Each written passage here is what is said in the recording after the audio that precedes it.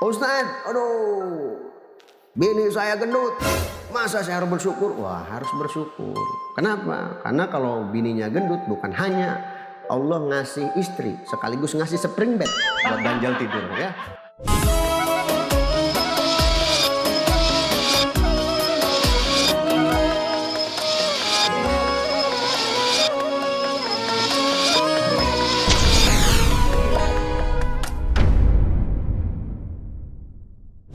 Assalamualaikum warahmatullahi wabarakatuh. Waalaikumsalam warahmatullahi wabarakatuh. Ada yang jawab tadi, perasaan gue sendirian sini. Jadi alhamdulillah kembali lagi di Ngehits. Ya, sebelum kita ini jangan lupa subscribe, kemudian komen, dan jangan lupa klik tombol loncengnya, dan jangan lupa share kepada teman-teman apapun yang manfaat di Ahsana TV. Tapi semua insya Allah manfaat. Nah ini kita Ngehits kali ini adalah tentang Q&A. Question bukan ya? Question and answer. Question and answer. Maklum, saya orang kampung, jadi bahasa Inggrisnya kurang afdol ya. Jadi intinya nanya jawab lah gitulah, tanya dengan Ustaz David. Ya, oke. Hari ini kita memiliki pertanyaan dari WhatsApp, kemudian DM, dan kita pilih beberapa pertanyaan yang sedang viral seputar nikah muda. Ya, makanya sekarang sudah banyak terlahir mamah muda dan jamu janda muda. Itu sudah banyak sekali sekarang. Dan makanya bukan lagi, aduh, Masya Allah. Dan tidak sedikit juga sekarang janda rasa perawan dan perawan rasa janda. Itu sudah banyak juga. Ya. Ini ada beberapa pertanyaan yang Masya Allah dan kita harus jawab seputar agama. Yang pertama, apa untung ruginya menikah muda? Untung, berbicara masalah untung atau rugi, jika memang dalam kondisi keadaan tertentu, jika memang nikah muda itu diharuskan karena takut terjadi hal-hal yang negatif seperti perzinahan ataupun pergaulan-pergaulan bebas, maka nikah muda itu ada untungnya. Dan lebih cepat juga untuk menjalin ketenangan. Karena di dalam pernikahan itu tergantung, kalau pernikahannya bagus dan orang yang dinikahinya bagus, maka ada keuntungan yang dia akan dapatkan. Seperti ketenangan, sakinah. Itu ketenangan, mawaddah, saling berkasih, warahmah, ya. Jadi sakinah. Jadi kalau rumah tangganya nggak tenang itu nggak sakinah, udah gitu aja, ya. Jadi kalau untuk masalah buru-buru nikah muda itu memang ada ruginya juga. Ruginya apa? Jadi kadang-kadang orang nikah muda harusnya dia menikmati masa-masa mudanya, kemudian dia harus mengurus beban-beban keluarga. Nah ini juga banyak nih orang yang nikah muda kemudian hobi nongkrongnya masih ada. Jadi yang mau nikah muda baiknya yang biasa hobinya sesuatu, misalnya nongkrong, ngopi bareng sama teman-teman. Nah baiknya kita perhatikan dulu sisi positif negatifnya. Karena banyak orang yang kebiasaan dia nongkrong kemudian setelah nikah harus jadi bapak gitu kan sama anak-anaknya. Dan dia harus masa-masa senangnya harus terabaikan gara-gara menikah muda. Dan memang terburu-buru dalam hal menikah itu ada beberapa faktor. Ada yang mengatakan haram, ada yang mengatakan boleh, ya, macam-macam ya. Tapi dalam hadis Nabi Muhammad SAW, al-ajalatu minasyaiton. Jadi terburu-buru itu adalah dari syaitan. Tapi ada 5 hal yang terburu-buru namun dianjurkan untuk buru-buru. Pertama, kalau punya utang harus buru-buru dibayar. Dengerin nih yang punya banyak utang nih ya. Buru-buru bayar. Karena kalau kalau punya utang meninggal itu amal-amalnya juga diperhitungkan. Maka Nabi Muhammad tidak mau mensolati orang yang meninggal dan masih punya kaitan hutang. Yang kedua, jadi kalau ada jenazah maka harus buru-buru dimandikan dan dikuburkan. Ini buru-buru yang boleh. Ketiga, ketika masuk waktu sholat ini harus buru-buru dilaksanakan, ya kan? Kemudian keempat, ini terburu-buru dalam hal menyuguhkan makanan kepada tamu seperti itu. Dan ada yang paling penting, terburu-buru yang dibolehkan bahkan dianjurkan, yaitu terburu-buru untuk menikah apabila, ini ada apabilanya, si pasangan calonnya ini, misal perempuannya sudah mulai ngaco, misalnya sudah mulai bonceng-boncengan, sudah mulai peluk-pelukan, udah macam-macam konotasinya yang mengakibatkan sedikit lagi menuju perzinahan. Ini boleh diburu-buru. ya, walaupun usianya masih muda, karena daripada zina lebih baik dia menikah. Jadi itu positif, negatifnya ataupun rugi ataupun keuntungan daripada menikah muda. Ya, yang kedua, ada pertanyaan lagi yang masuk, yaitu kita akan menguji nih. Kedua, pertanyaannya bagaimana agar menikah muda bisa awet sampai tua. Jadi ada satu kitab namanya kitab Uqudul Jan. Jadi fokus kitab Uqudul Jan ini kalau orang pengen langgeng intinya satu. Ya, harus sabar dan harus dua dong. Ini harus sabar dan harus bersyukur. Jadi kunci rumah tangga itu pengen langgeng itu cuma sabar sama syukur, udah itu aja. Ini dalam kitab Uqudul Jan. Jadi kalau kita dari sekian banyak hadis dan rangkuman kitabnya itu kalau kita mau rumah tangganya langgeng, sabar sama syukur. Ustaz, aduh, bini saya gendut, masa saya harus bersyukur? Wah, harus bersyukur. Kenapa? Karena kalau bininya gendut bukan hanya Allah ngasih istri, sekaligus ngasih spring bed buat ganjal tidur ya. Iya. Yang kedua, kadang-kadang ada yang komen, Ustaz, waduh, ini apa? Suami saya jelek, hitam, tonggos. Nah, ibu harus syukur. Nah, kenapa? Coba kalau suami ibu ganteng. Oh, suami ibu keluar kota. Was kita. Oh, laki gua keluar kota. Takut ada janda yang suka. Takut gini. Takut nggak pulang. Oh, takut nggak pulang. Takut kegoda gitu kan. Wah, ini Masya Allah. Kita harus bersyukur. Ibu harus bersyukur. Punya suami yang jelek. Mau kemana Pak? Mau keluar kota. Mau ngapain? Kerja. Berapa hari? 1 minggu, 1 bulan ya, biarin, nggak bakal laku ini, kayak gitu kan, karena saking jeleknya. Jadi harus bersyukur ya. Jadi intinya kayak gitu. Jadi makanya ada sugesti pikiran. Kalau misalnya mohon maaf, kalau laki-laki memandang sang istrinya pemarah ya, istrinya marah mulu gitu. Pandanglah istri saya bukan Siti Khadijah yang begitu sabar, gitu kan? Mohon maaf. Istri saya bukan Siti Asiyah yang begitu sabar menghadapi Firaun. Mohon maaf, kalau istrinya kurang perhatian, istri saya bukan seperti Siti Khadijah yang perhatiannya luar biasa pada Rasulullah. Kalau istri saya kurang cantik, wajar. Istri saya bukan Sayyidatuna Fatimah yang kecantikan dan kesempurnaannya luar biasa. Dan begitu juga sebaliknya, sugestikan diri kita apabila sang istri memandang suaminya, waduh suami saya marah mulu, wajar. Suami saya tidak sesabar baginda Nabi Muhammad SAW. Oh, suami saya dikit-dikit kurang duit, kurang anu. Nah, itu banyak kekurangan dalam rumah tangga. Diwajarin, wajar. Suami saya tidak sekaya Nabi Sulaiman alaihissalam. Wah, suami saya jelek, wajar. Suami saya tidak secakap Nabi Yusuf alaihissalam. Jadi ada sugesti-sugesti tersebut. Kalau sugesti ini selalu kita tanamkan di dalam rumah tangga kita, insya Allah kita akan selalu memandang positif terhadap pasangan kita. Begitu kurang lebihnya bisa dipahami. Nah, kita lanjut ke pertanyaan ketiga.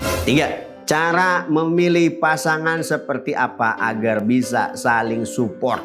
Ada satu kisah dari Mughirah bin Syu'bah. Jadi ketika beliau meminang seorang perempuan, dia meminta saran kepada Nabi Muhammad SAW. Kemudian beliau meminta saran dengan Nabi, apa yang harus saya lakukan? Unzur ilaiha. Lihat dulu pasangan ente kayak gimana, gerak-geriknya, ininya gitu kan, akhlaknya, agamanya. Lah, unzur ilaiha. Enggak, Nabi. Kemudian Nabi selalu menyarankan untuk unzur, lihat dulu. Apakah dia baik atau tidak? Perhatikan dulu, jangan buru-buru dulu. Ya gitu. Jadi bukan hanya cakep, bukan hanya kompeten. Ini harus kita lihat dan dari sudut pandang mana ada keunggulan apa dalam sisi agamanya, apakah dia baik atau tidak. Nah, makanya Nabi Muhammad juga mengatakan memilih pasangan itu karena 4 faktor. Jadi kalau dalam hadisnya itu memilih perempuan itu karena 4 faktor. Limaliha, lihasabiha, walijamaliha, walidiniha. Jadi yang pertama adalah limaliha, karena hartanya. Jadi ada seorang pasangan kemudian milih pasangannya itu karena memandang hartanya. Oh, saya suka sama si anu karena dia kaya, duitnya banyak, bla bla bla bla, mobilnya oke, gitu kan, sawahnya hektaran, empangnya banyak. Oh, udah gitu apalagi usahanya gede. Nah, ini memandang orang karena hartanya. Maka ketika seseorang memandang hartanya, maka tidak lain, kata ulama, akan diberikan fitnah di dalam dunianya. Jadi yuksimu fakiran di dunia. Jadi akan diberikan kefakiran, kesusahan di dalam hidupnya. Contoh, Ketika seorang perempuan memilih atau enggak seorang laki-laki memilih pasangan wanitanya karena hartanya, maka Allah akan memberikan susah dalam hidupnya. Jadi ketika dia sudah susah, kemudian dia akan ditindas si laki-laki tersebut. Begitu juga sebaliknya. Jadi kalau misalnya laki-laki melihat perempuan melihat pasangan laki-lakinya itu karena hartanya, sewaktu-waktu dia juga bisa ditinggalkan karena kelemahannya, yaitu kekurangan harta dan lain-lain. Nah itu yang kedua, lihasabiha, karena keturunannya. Oh saya nikahi anu karena keturunan bupati, misalnya keturunan gubernur, keturunan anu. Maka ini juga akan direndahkan derajatnya, kata sebagian ulama. Maka hati-hati karena memandang sesuatu karena oh saya pasangannya karena pengusaha misalnya gitu kan. Ini hati-hati. Karena misalnya jabatan bapaknya itu orang terpandang di kotanya, ini juga bisa bermasalah dalam rumah tangga. Ada juga yang ketiga, yaitu karena faktor lijamaliha, karena kecantikannya ataupun kegantengannya, ya kan? Lijamaliha karena kecantikannya, ataupun kalau kita memandang laki-laki karena kegantengannya. Contoh, maka akan ada fitnah di situ. Misal ceweknya cakep, cowoknya jelek, hitam, dekil. Wah, apa jawab orang? Pasti dapat fitnah. Itu cewek cakep amat. Pasti dipelet itu sama laki-laki itu kan kayak gitu. Nah itu fitnah. Sehingga ketika fitnah itu akan muncul, maka yang ada nggak betah. Jadi ketika masuk ke telinganya mulai gelisah, mulai ada haters bermunculan di mana-mana. Nah itu mulai gelisah. Maka tidak ada sakinah dalam rumah tangganya. Maka kata Nabi, lidiniha, ada juga yang memilih karena agamanya. Jadi selebihnya kalau dia cantik, kalau dia keturunan orang baik, kalau dia kaya, itu nilai plus. Tapi niatkan dalam awal, falfar bidzati din, kata Nabi. Pilih agamanya, taribat siyadak, maka kamu akan beruntung. Jadi kalau menikah muda itu terjadi konflik, apa yang harus kita lakukan? Jadi intinya posisikan sebagai suami itu seperti apa, istri itu seperti apa. Makanya Imam Al-Ghazali mengatakan, ini kita seorang rumah tangga itu berjalan atau tidak tergantung daripada perempuan biasanya. Nah di dalam kitab Ihya Ulumuddin, makanya Imam Al-Ghazali mengatakan jangan pernah memilih pasangan karena 6 perkara.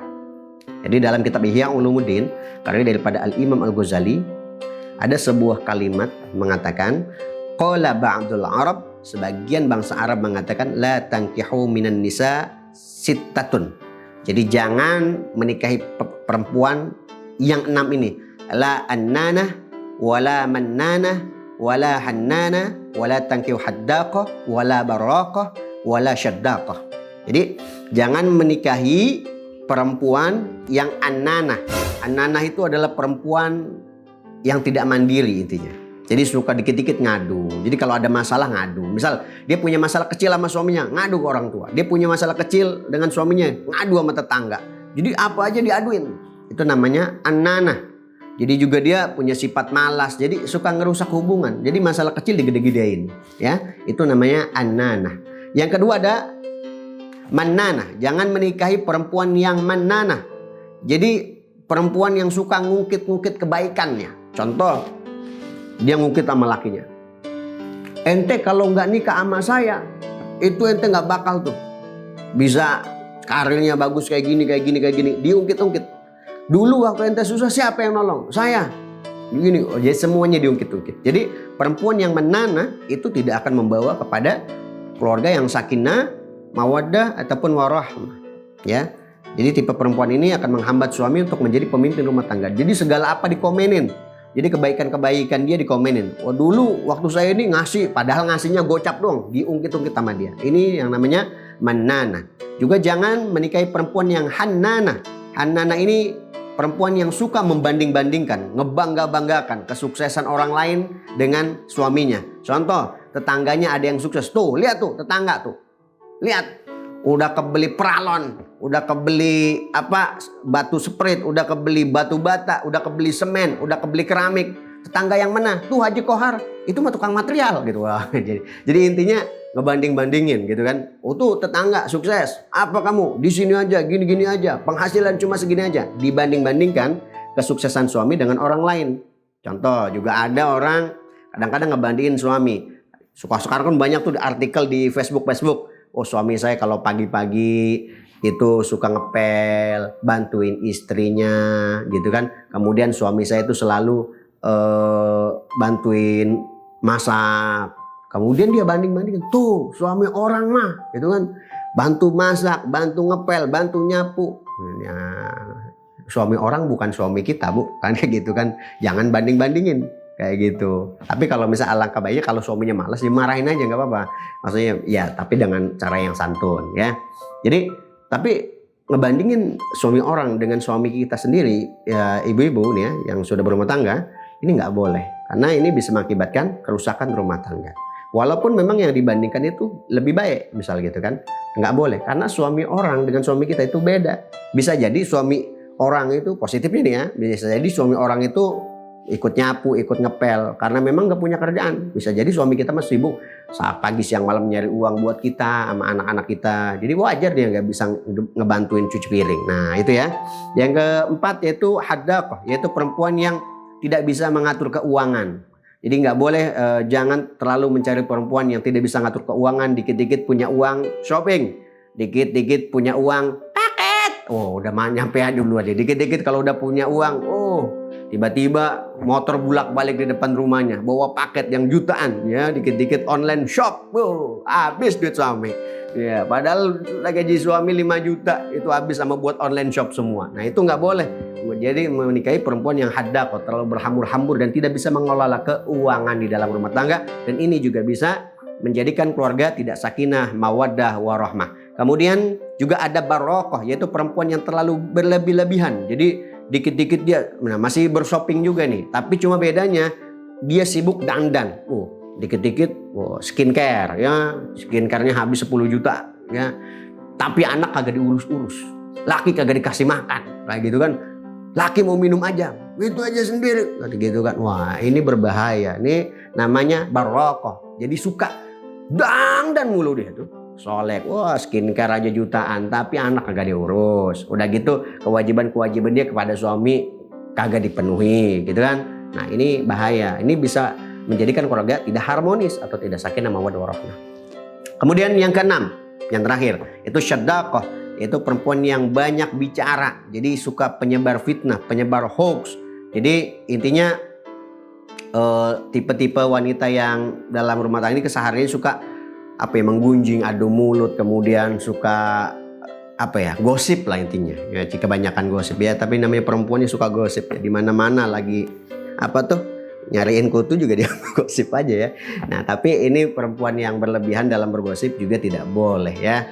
Kemudian 4 hal yang jika laki-laki melakukannya apabila dapat kebaikan akhirat. Yang pertama, lisanun dzakir. Jadi harus berbicara dengan baik dalam menjalin rumah tangga. Qalbun syakir. Jadi harus punya hati yang bersyukur. Kemudian badnun sabir. Kita harus punya kesabaran dalam menghadapi rumah tangga. Kemudian mar'atun sholihah. Jadi istri yang solehah yang akan membawa rumah tangga menjadi sakinah mawaddah warahmah. Jadi ada 4 faktor ya. Pertama, lisanun dzakir, berkata yang bagus. Kemudian qalbun syakir, hati harus bersyukur. Badnun sabir, jadi badan harus bersabar. Dan mar'atun sholihah, jadi wanita yang solehah. Jadi mungkin sekilas daripada pembahasan tadi, ya mungkin sekarang ada beberapa hal yang sedang digunjing-gunjingkan. Jadi nggak boleh tebar fitnah, tebar hoax, ataupun ngejelek-jelekin suami, ngejelek-jelekin istri. Semua nggak boleh. Semua ada adab-adabnya. Nanti kita next akan membahas lagi tentang apapun yang kalian tanya. Tinggal kirim ke kolom komentar di Ahsanat TV. Jangan lupa like, share, comment, and subscribe. Wassalamualaikum.